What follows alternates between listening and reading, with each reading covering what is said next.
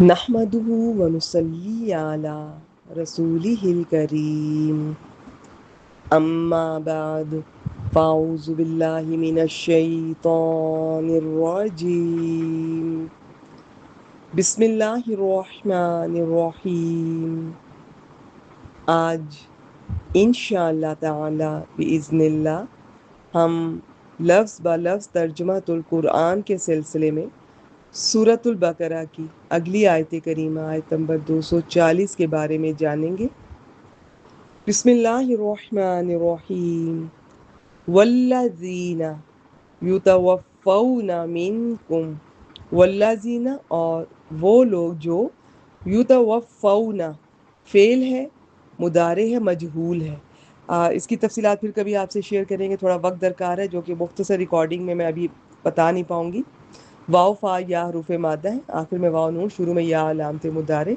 وہ لوگ جو فوت کیے جاتے ہیں یا کر لیے جاتے ہیں، منکم تم میں سے، و یذرون اور وہ چھوڑ جاتے ہیں۔ واو زال را حروف مادہ ہے، لیکن یہ کچھ قواعد ہیں، ان میں یہ ہوتا ہے کہ کچھ حروف مادہ اس پیٹرن پہ ہوتے ہیں کہ ان سے جب فعل مضارع بنتا ہے تو واو گر جاتی ہے، تو اور وہ چھوڑ جاتے ہیں ازواجا، یہاں پر ازواجہ سے مراد بیویاں، بیویوں کو، وصیتاً وصیت کرنا ہے، لی ازواجہم اپنی بیویوں کے لیے، متان فائدہ پہنچانا ہے، الی الحول ایک سال تک، غیر اخراج بغیر نکالے، وہ اپنی بیویوں کے لیے ایک سال تک نکالے بغیر فائدہ پہنچانے کی، سامان دینے کی وصیت کریں۔ فَإِن خرجنا پھر اگر وہ، خرجنا میں خارج ہونا، نکلنے سے لفظ پہچانا جا رہا ہے، اور آخر میں جو زبر والا نون ہے اسے نون نسوہ کہتے ہیں۔ یہ کسی حال میں بھی چینج نہیں ہوتا، اور یہ عورتوں کے لیے جمع مؤنث غائب۔ پھر اگر وہ نکل جائے، ہے فعل ماضی، ٹھیک ہے، یہ فعل ماضی میں ہوگا تو، لیکن ان کی وجہ سے ترجمہ کریں گے، پھر اگر وہ عورتیں نکل جائیں، فلا جناح علیکم تو تم پر کسی قسم کا کوئی گناہ نہیں، لا نفی جنس ہے، فی ما اس میں جو، فعلنا انہوں نے کیا یا جو وہ کریں، فی انفسہن اپنی جانوں کے بارے میں، من معروف معروف طریقے میں سے، واللہ عزیز حکیم اور اللہ سب پر غالب کمال حکمت والا ہے۔ یہ اس کے بارے میں مختلف آراء ہمارے سامنے آتی ہیں، میں حافظ عبدالسلام صاحب کی تفسیر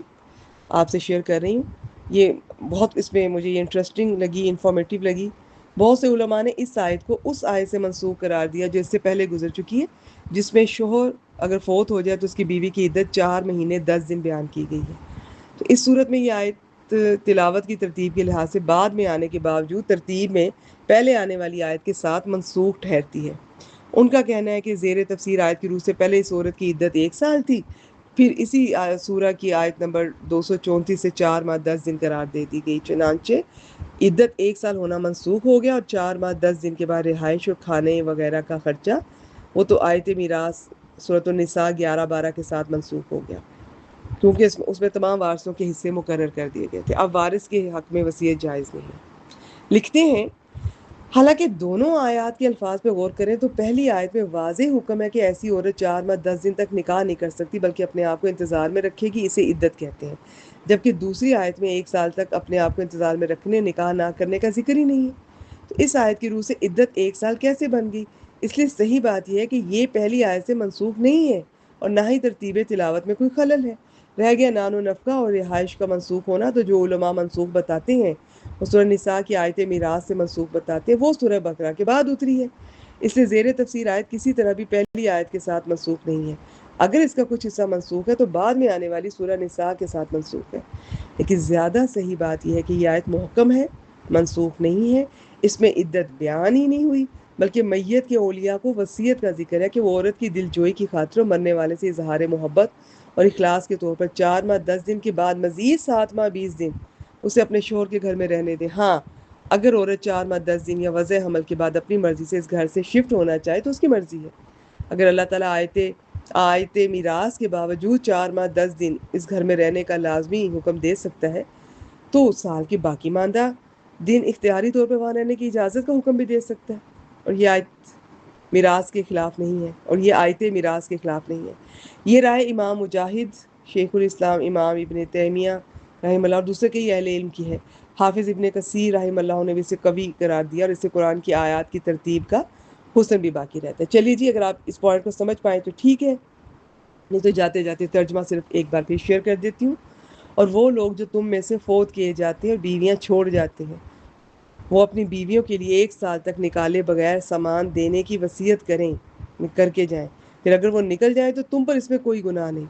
جو وہ معروف طریقے میں سے اپنی جانوں کے بارے میں کریں، اور اللہ سب پر غالب کمال حکمت والا ہے. وآخر دعوانا الحمد للہ رب العالمین.